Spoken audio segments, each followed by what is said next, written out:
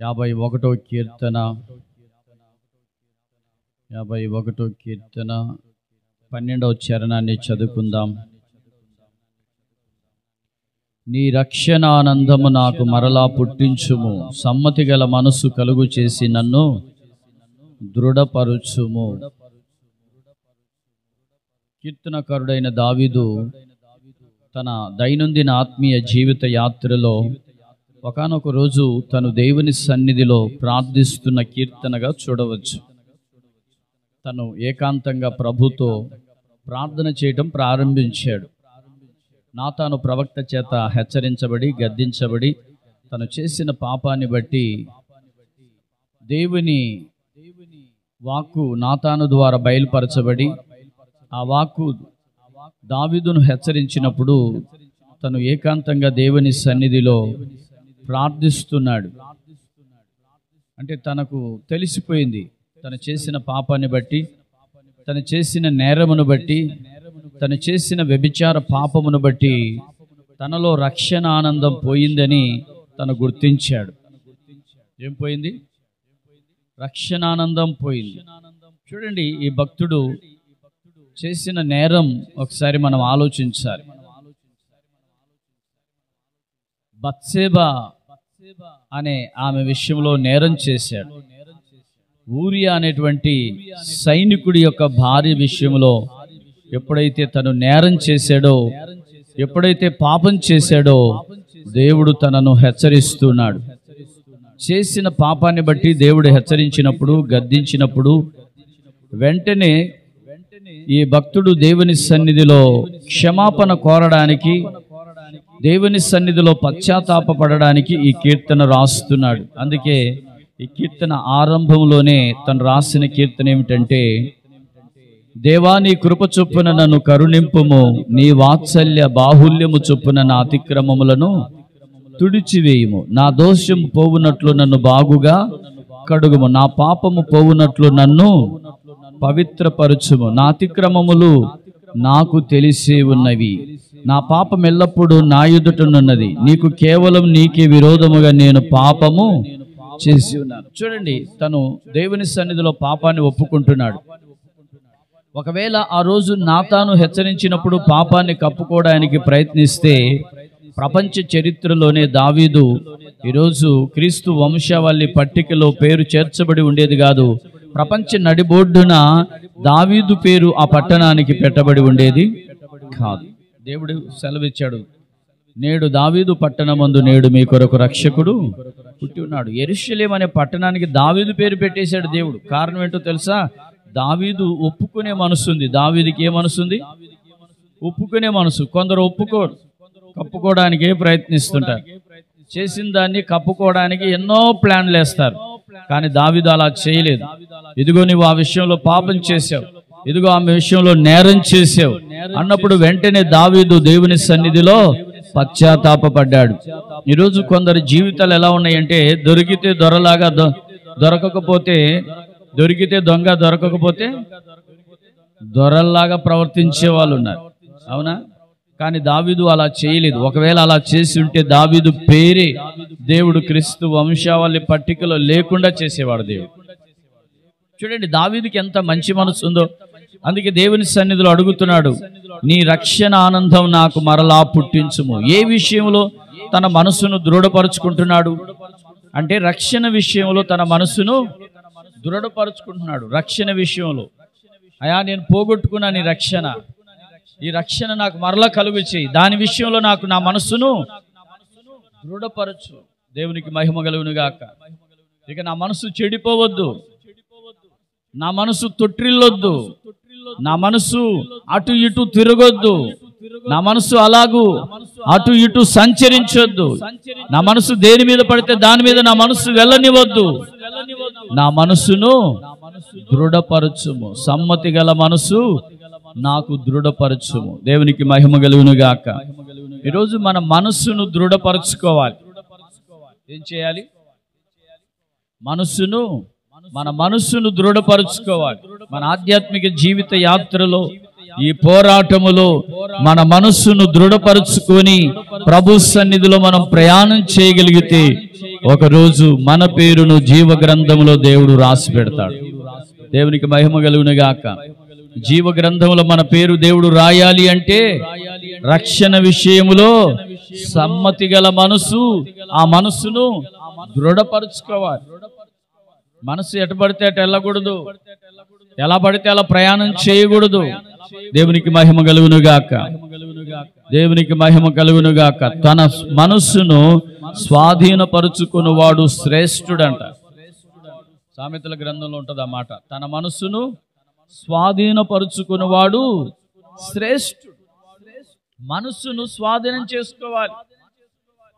బయటికి వెళ్ళిపోతుంటాం మనం, ఎన్నో పనుల మీద వెళ్తుంటాం, ఎన్నో ప్రయాణాలు చేస్తుంటాం, కానీ మన మనస్సును దృఢపరుచుకోవాలి. నేను రక్షణ పొందుకున్న వ్యక్తిని.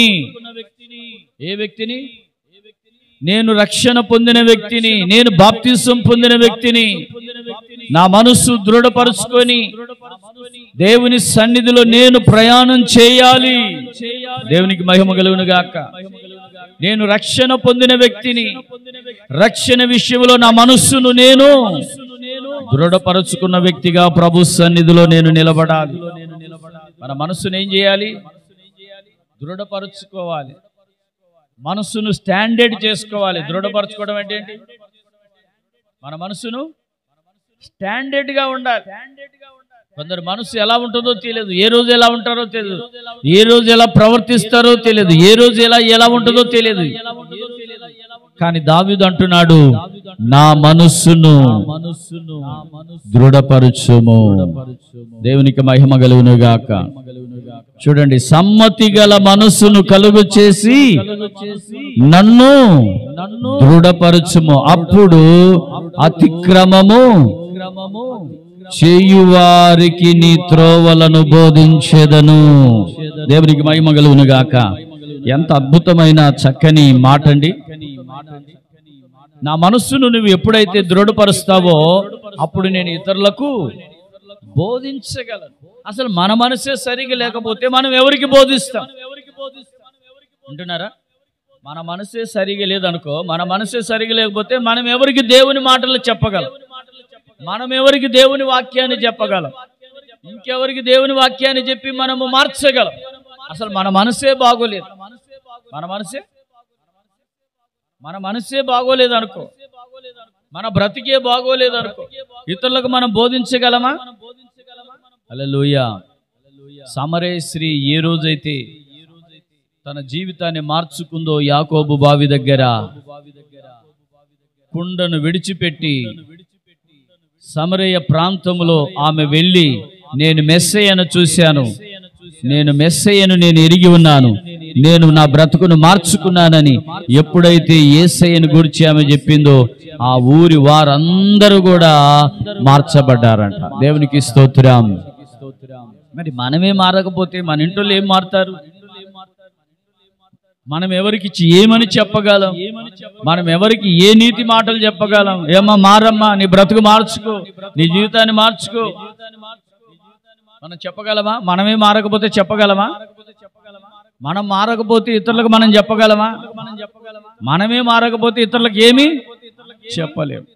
దావీదు అదే అంటున్నాడు, నాకు సమ్మతి గల మనసును కలుగు చేసి దృఢపరచుము, అప్పుడు నీ త్రోవలను నేను బోధిస్తాను. దేవునికి మహిమ కలుగును గాక.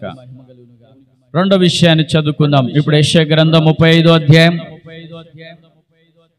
యెషయా గ్రంథం 35వ అధ్యాయం 3వ వచనం చూడండి.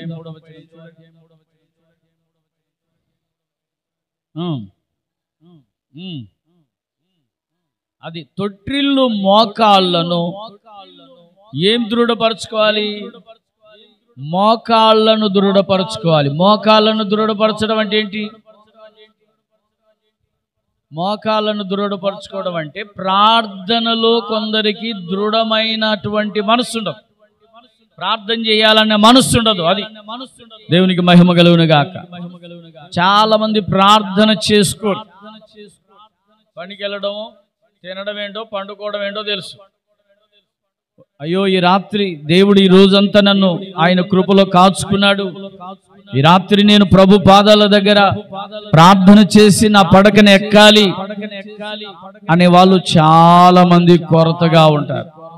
ఇప్పుడు ఆదివారం మందిరానికి వస్తే ప్రార్థన చేస్తారు తప్ప ఇక మిగతా రోజులు ప్రార్థన చెయ్యని వారు ఎందరో ఉంటారు. అంటే దాని అర్థం ఏంటి చెప్పనా? మోకాలు ఏమైపోయినాయి? తొట్టిల్లిపోయినాయి. మోకాలు ఏమైపోయినాయమ్మా? ప్రార్థన చేసే మోకాలు ఏమైనాయి? తొట్టిల్లినాయి. లేక ప్రార్థన జీవితము పూర్తిగా కోల్పోయారు. ప్రార్థన చేసే విషయాన్ని దేవుని సన్నిధిలో కోల్పోయారు. ఉదయాన్నే అరుణోదయ కాల సమయం లేచి ప్రభు పాదాల దగ్గర ప్రార్థించాలి అనే మనస్సు ఈరోజు లేకపోతే వారి మోకాళ్ళు తొట్టిల్లినాయి.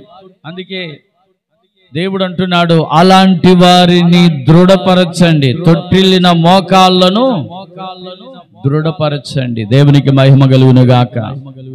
ఈ రోజు నుంచి మన మోకాళ్ళు దేవుని సన్నిధిలో వంగునుగాక. మోకాళ్ళు దేవుని సన్నిధిలో ప్రార్థన చేయుటకు వంగునుగాక. ఆమేన్. చూడండి, దానియేలు ప్రతిరోజు ప్రార్థన చేసేవాడంట. తన మోకాళ్ళు ఏ మాత్రం కూడా తొట్టిల్లలేదు. తన మోకాళ్ళు దేవుని సన్నిధిలో ప్రార్థన చేయడానికి దృఢపరుచుకున్నాడు. దేవునికి స్తోత్రం. బబులోను దేశానికి బానిసగా వెళ్ళిన దానియేలు ఎన్నో విపత్తులు వచ్చినప్పటికీ, అననుకూల పరిస్థితులు కలిగినప్పటికీ, విరోధమైన చట్టాలు రూపించినప్పటికీ, ఎలాంటి వ్యతిరేక పరిస్థితులు కలిగినప్పటికీ దానియేలు మాత్రం తన మోకాళ్ళను తొట్టిల్ల చేసుకొనలేదు.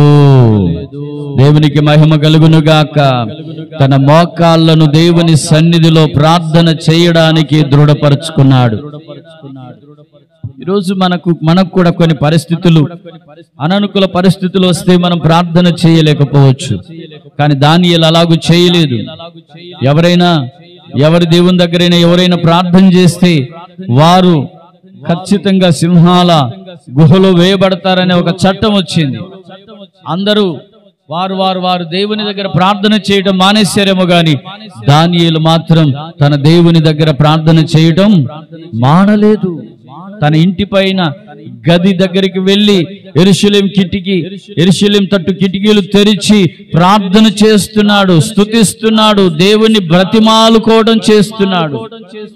మరి ఈరోజు దానియేలు జీవితంలో తన మోకాళ్ళు తొట్టిల్లలేదు. దేవునికి స్తోత్రం. ఈరోజు ప్రార్థన చేసే విషయంలో మన మోకాళ్ళను దృఢపరుచుకోవాలి. ఆమేన్. ఏం చేయాలి? ప్రార్థన చేయడానికి ఏం చేయాలి? మనం దృఢపరచుకోవాలి. నేను ప్రతిరోజు ప్రార్థన చేయాలి. ప్రతి సాయంత్రం 7 గంటల నుంచి 8 గంటల వరకు ప్రార్థన చేయాలి. లేదా 7 గంటల నుంచి 9 గంటల వరకు నేను కళ్ళు తెరవకుండా ప్రభు పాదాల దగ్గర ప్రార్థన చేయాలి. 9 తర్వాతే ఏ పనైనా నేను చేయాలి. ఇలా మన మనస్సును దృఢం చేసుకోవాలి. 2 నిమిషాలు ప్రార్థన చేసేమో లేదో, ఆమేన్, అయిపోయింది ప్రార్థన. ఇది ప్రార్థన కొందరికి. ఏంటమ్మా? స్తోత్రం స్తోత్రం స్తోత్రం స్తోత్రం స్తోత్రం, ఆమేన్ ఆమేన్, అయిపోయి ప్రార్థన. అది ప్రార్థన కానీ అది ప్రార్థనేనా? గంట సేపు కళ్ళు మూసి తెరిచిన కళ్ళు తెరవకుండా ప్రార్థన చేయాలి. అది మనము ప్రార్థనలో దృఢపరచుకోవడం అంటే, మన మోకాళ్ళను ప్రార్థనలో దృఢపరచుకోవడం. ఏదో నామకార్థ క్రైస్తవులాగా స్తోత్రం స్తోత్రం స్తోత్రం స్తోత్రం ఇదొక పదం నేర్చుకొని ఆమేన్ అంటే ప్రార్థన అయిపోయిందా అండి? దానియేలు అంట దేవుని దగ్గర ఏం చేస్తున్నాడు? బతిమాలుకుంటున్నాడు. దానియేలు గ్రంథం 6వ అధ్యాయం 10వ వచనంలో, దానియేలు గ్రంథం 6వ అధ్యాయం 10వ వచనంలో ఈ మాట ఉంటుంది. దేవుని దగ్గర బ్రతిమలాడుకుంటున్నాడంట, దేవుని స్తుతిస్తున్నాడంట. ఒకవైపు దేవుని స్తుతిస్తున్నాడంట, ఒకవైపు దేవుని బ్రతిమలాడుకుంటున్నాడంట. ఈరోజు మనం ఆశీర్వదించబడే విషయంలో దేవుని బ్రతిమలాడుకోవాలి. వ్యతిరేక శక్తులను జయించడానికి దేవుని సన్నిధిలో బ్రతిమలాడుకోవాలి. మనకు విరోధముగా పోరాడుతున్న అంధకార శక్తుల పైన పోరాడడానికి మనము దేవుని సన్నిధిలో మోకాళ్ళ ప్రార్థనను దృఢపరుచుకోవాలి.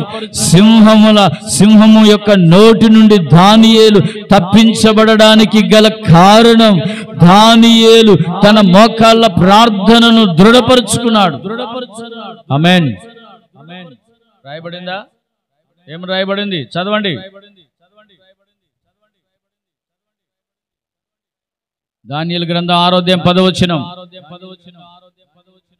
ప్రార్థన చేయుచు ఆయనను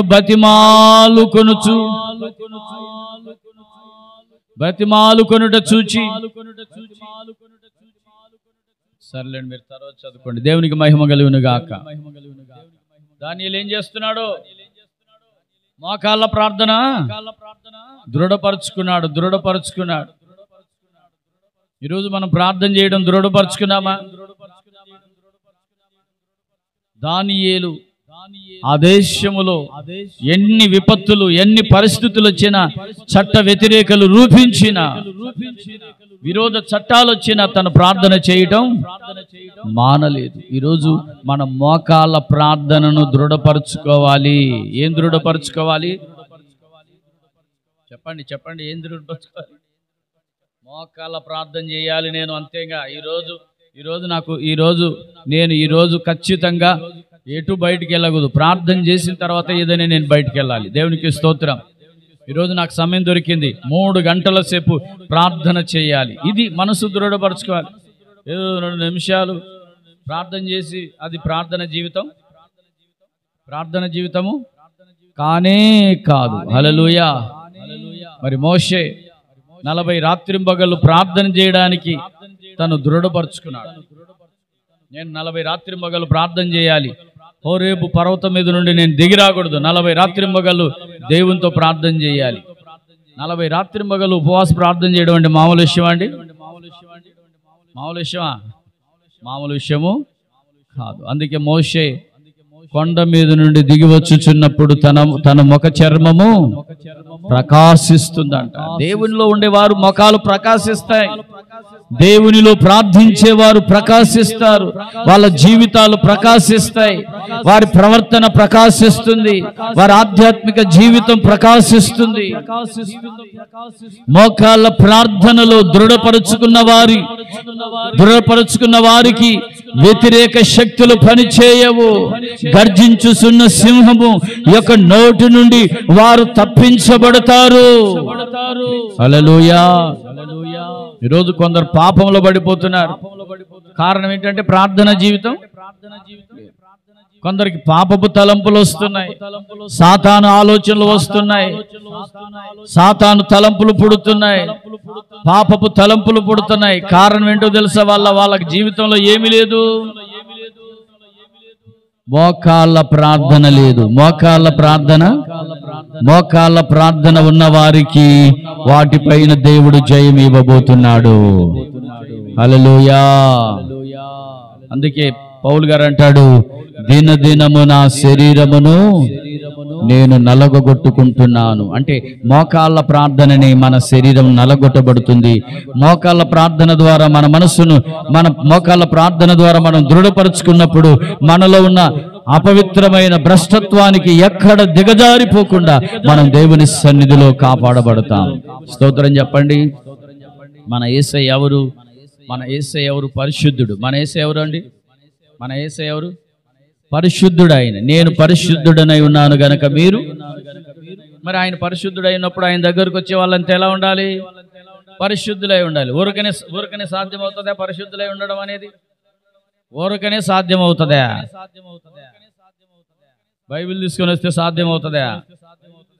మోకాళ్ళ ప్రార్థన, ఉపవాస ప్రార్థన, గంట సేపు 2 గంటల సేపు కళ్ళు తెరవకుండా దేవుని పాదాల దగ్గర ఏడుస్తూ ప్రార్థన చేస్తూ ఉంటే నీకు ఆయనకున్న పరిశుద్ధత నీలోనికి వస్తుంది.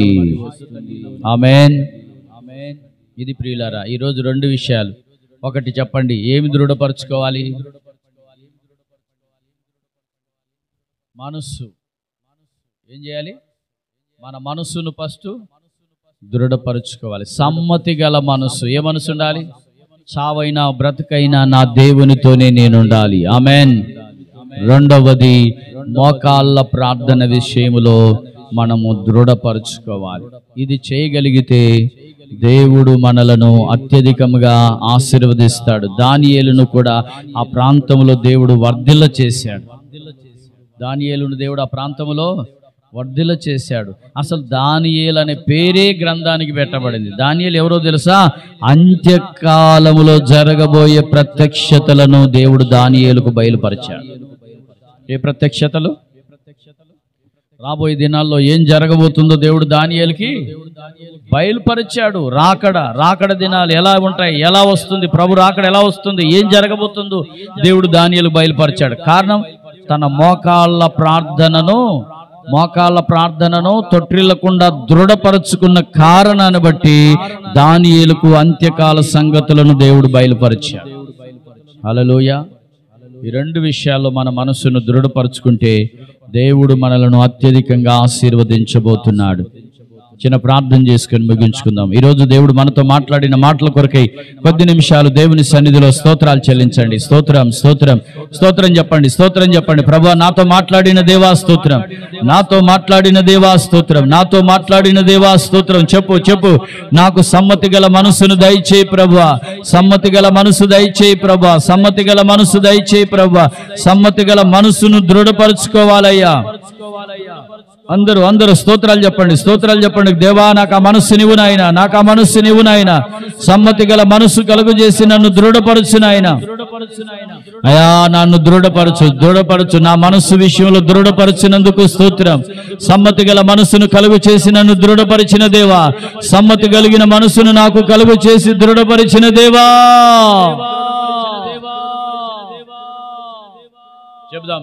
చెప్దాం. స్తోత్రం చెప్పండి. సమ్మతి గల మనసు నీకు ఇవ్వాలి. సమ్మతి గల మనసు దేవుడు ఇవ్వాలి.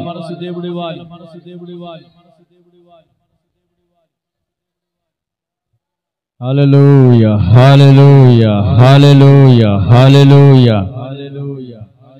సమ్మతి గల మనసు, సమ్మతి గల మనసు. స్తోత్రం. ఒక్క క్షణం. సమ్మతి గల మనస్సు కావాలి. సమ్మతి గల మనస్సు కావాలి. స్తుతి.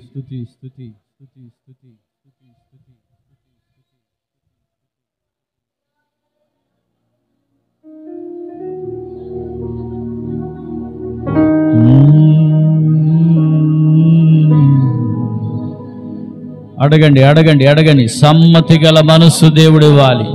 సమ్మతి గల మనసు ఇవ్వు నాయనా. నా మనసు సరిగా లేదు ప్రభువా, నా మనసు ఎటో వెళ్ళిపోతుంది నాయన. నా మనసు ఎటు తిరుగుతుందో తెలియట్లేదు నాయన. నా మనసు ఎటు వెళ్ళిపోతుందో నాకే అర్థం కావడం లేదు ప్రభువా. నా మనసును నూతన పరచు నాయన.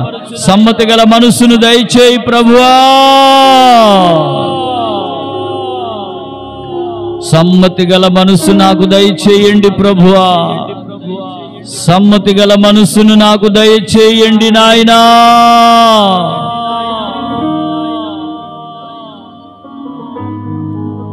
దేవుడు సమ్మతి గల మనసు ఇవ్వాలని ప్రభుని అడుగుదాం. దావీదు అదే అడుగుతున్నాడు. సమ్మతి గల మనసు నీకు దేవుడు దృఢపరచాలని దేవుని సన్నిధిలో అడుగు. నీ మనసు సరిగా ఉన్నప్పుడు, నీ మనసు దృఢపరుచుకున్నప్పుడే ఇతరులకు ప్రభు మాటలను బోధించగలవు సహోదరి సహోదరుడా.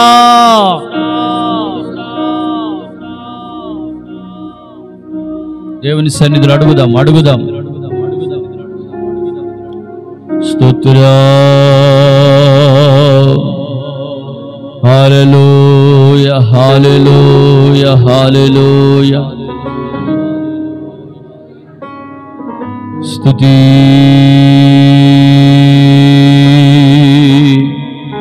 సమ్మతి గల మనస్సును నాకు దయచేయండి నాయనా.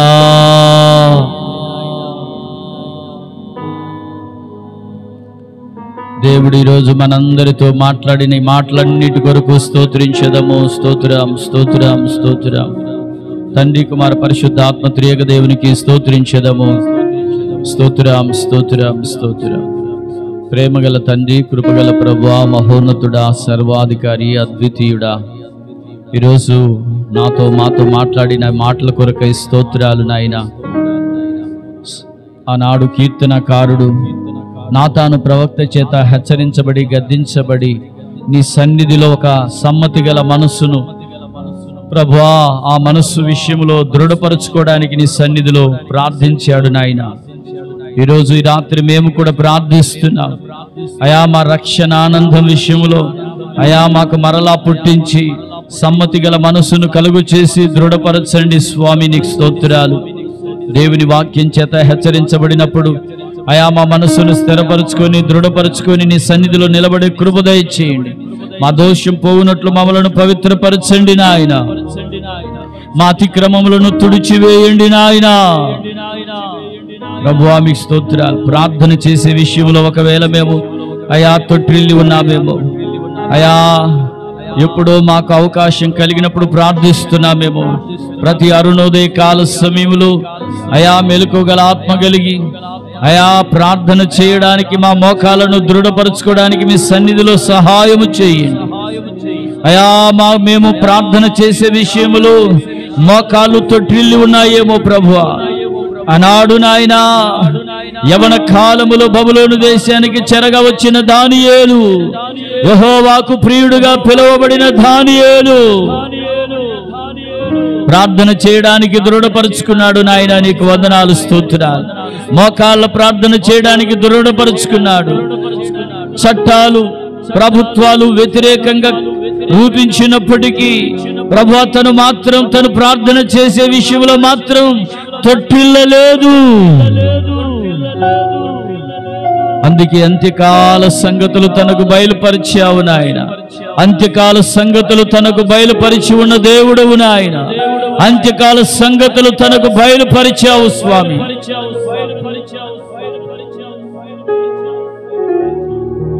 దానియేలును సింహపు నోటి నుండి తప్పించిన దేవుడవు నాయన. నీవే నీ కృపలో ప్రభా దానియేలు తప్పించి తన మనస్సును అయా తన ప్రార్థనా జీవితమును మేము మా ఎదుట పెట్టి ఉన్నావు తండ్రి. మీకు స్తోత్రాలు.